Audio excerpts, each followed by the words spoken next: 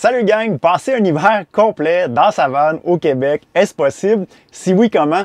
Mon nom est Dominique, ça fait maintenant plus de 3 ans et demi que je suis dans ma vanne et cette année, je m'apprête à passer mon premier hiver dans ma vanne. En fait, on est rendu à la mi-hiver, on est début février et j'ai relevé les 7 sujets les plus populaires qui me sont demandés, soit à travers des questions et commentaires sur YouTube et Instagram, également avec mon expérience. Alors, je partage ça avec vous. Comment survivre l'hiver au Québec en vanne? C'est parti!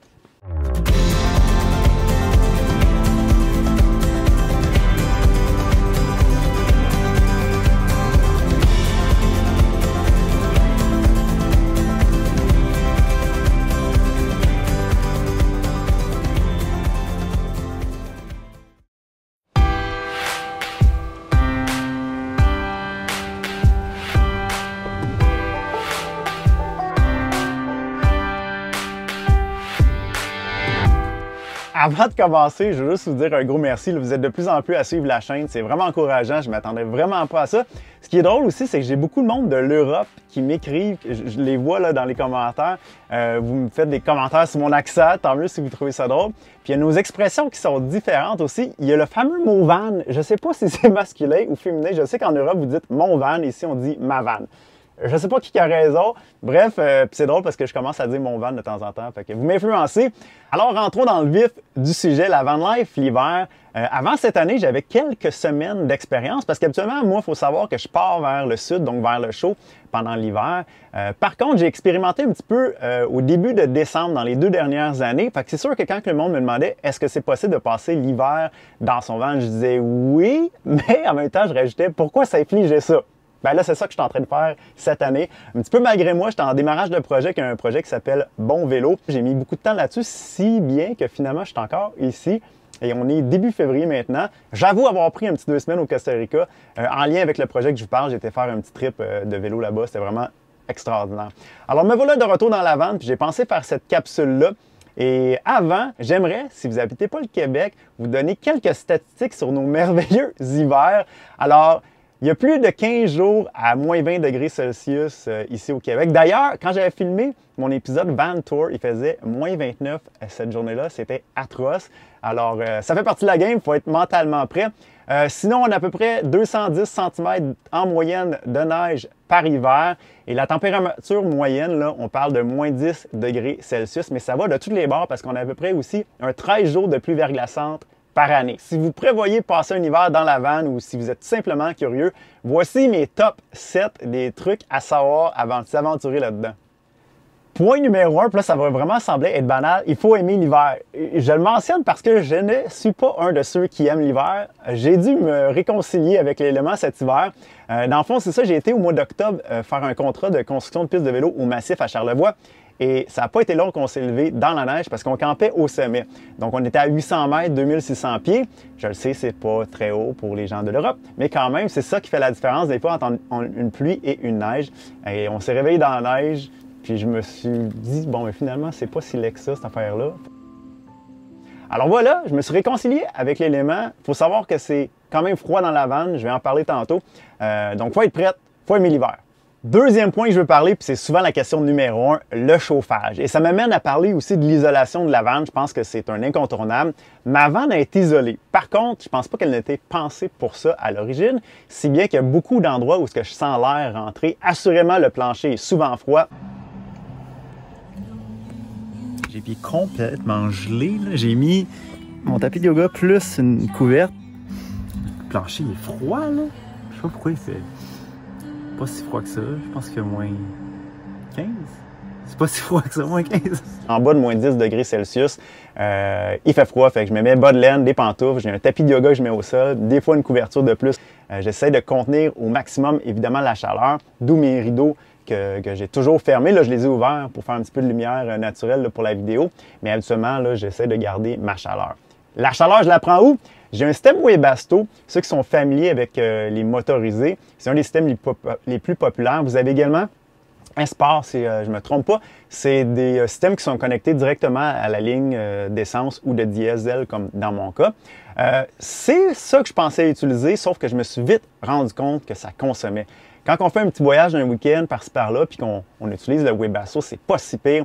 Mais moi qui étais 24/7 dessus, j'ai vite réalisé que ça n'avait aucun sens. Rendu là, je vais me louer une chambre. Donc, ce que j'ai fait, je me suis trouvé un endroit pour me brancher à l'électricité, puis ça, c'est la clé de toute cette histoire-là. Honnêtement, là, s'il y a un point à retenir, trouvez-vous un endroit où est-ce que vous pouvez vous brancher à l'électricité. J'ai acheté une petite chaufferette à une quarantaine de dollars à la quincaillerie du coin et j'ai passé la moitié de l'hiver finalement à date là-dessus. Puis c'est vraiment génial, ça fait toute la différence. Donc, van isolé, branche à l'électricité, incontournable dans mon cas. Troisième point, l'eau.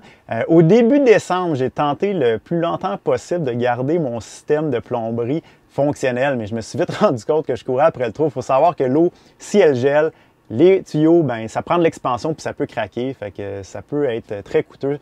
Fait que même si je chauffais pendant 7/24, le problème c'est qu'on se déplace aussi en van. Fait qu'on n'a pas toujours le contrôle. Fait que pour avoir l'esprit en paix, j'ai tout vidé mon eau, hibernisé le système avec de l'antigel. Fait qu'en ce moment, je fonctionne sur un petit 5 litres d'eau, un petit réservoir que je remplis périodiquement. Puis c'est drôle parce que là, on doit utiliser l'eau judicieusement. Là. Fait qu'il y a des façons de faire. Là. Par exemple, l'autre soir, j'ai eu l'idée de reprendre mon eau bouillante de mes pâtes pour la garder pour faire ma vaisselle. J'essaie de réutiliser l'eau tant que je peux. Fait que c'est le genre de petite façon de faire. C'est là qu'on se rend compte à quel point que l'eau est précieuse. Quatrième point, la douche. Puis là, je le sais, quelqu'un qui habite même pas dans sa vanne, c'est exactement où je m'en vais avec ce point-là. Le fameux abonnement au gym ou au yoga pour prendre sa douche de temps en temps. Évidemment, quand on fait ce style de vie-là, on apprend à sauter des journées. On se rend compte que souvent, on prenait notre douche par question de confort plus qu'hygiène. Donc, je me lave à des barbouillettes. Quand j'ai besoin de prendre une bonne douche, ben, je m'en vais au gym. Cinquième point, les toilettes. Ça, c'est le sujet qui revient le plus souvent quasiment quand on habite dans une van. Ben pour moi, ça ne change rien. Été comme hiver, j'utilise le même système, c'est-à-dire les numéro 1, mon fameux bidon qui est direct ici, presque prêt à être vidé d'ailleurs. Puis sinon, ben, j'ai ma toilette cassette qui est toujours fonctionnelle. Le liquide bleu chimique anti-odeur ne gèle pas. Fait que j'ai toujours ça en cas d'urgence, mais évidemment, comme à l'habitude, j'utilise toujours les endroits publics là, quand je peux. Sixième point, avoir un endroit où est-ce qu'on peut s'approvisionner. Je parlais de l'eau tantôt que je dois remplir périodiquement. Il faut faire ça quelque part. Évidemment, toutes les stations là, de vidange ou de remplissage d'eau pour les motorisés sont fermées l'hiver. Donc, ça prend un endroit, une espèce de petit camp de base qu'on peut aller ou retourner pour remplir notre eau, faire notre lavage, vider nos toilettes. Dans mon cas, c'est une boutique à Bromont, Pit Stop Vélo Café. J'en profite pour les remercier. C'est deux de mes amis qui ont ouvert la boutique. Et c'était aussi des grands voyageurs, ils le sont encore, mais ils ont fait un an d'ailleurs de voyage backpack les deux ensemble. Fait qu'ils comprennent très bien ma situation. Puis ben, ils me permettent de me brancher puis d'utiliser leur service. Fait que ça me facilite énormément la vie. Gros merci à Pit Stop. Septième et dernier point, c'est au niveau de la réalité au quotidien. Quand on fait ce style de vie-là, il faut maximiser l'utilisation des endroits publics. Je m'explique, exemple, le gym, c'est une façon de sortir, de voir des gens, de prendre la douche. Le café du coin devient, par extension, notre salon, si on veut, notre bureau. Évidemment, si on restait seulement dans la vanne, surtout l'hiver, les journées sont courtes. Moi, j'ai mes rideaux en plus pour garder ma chaleur, donc il fait noir à l'intérieur de la vanne. Ça ne serait pas viable. Donc, la vanne, en fait, devient tout simplement un endroit le soir où est-ce qu'on retourne pour se coucher. Je pense que c'est la meilleure façon de le voir. Donc, maximiser les endroits publics, être actif, essayer de sortir le plus souvent possible. Si j'avais des trucs à améliorer sur la vanne, ben c'est sûr que ça serait au niveau de l'isolation. Il y a vraiment des endroits qui pourraient être beaucoup mieux isolés. Le plancher, je ne sais pas si on pourrait faire quelque chose pour ça, mais je dirais pas non, un petit peu plus de confort au niveau de mes pieds.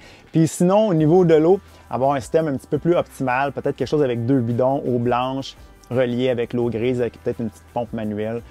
Ce serait quelque chose d'intéressant. Sinon, pour le reste, je me débrouille beaucoup mieux que j'aurais pensé.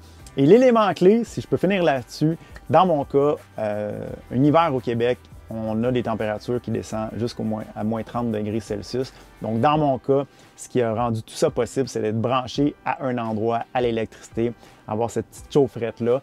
Sinon, le système Webasto, comme je disais, m'aurait coûté beaucoup trop cher en diesel au courant de l'hiver à temps plein comme ça. Donc, alors voilà, ça conclut. J'espère que ça vous donne une meilleure idée de ce que ça implique vivre dans un van l'hiver.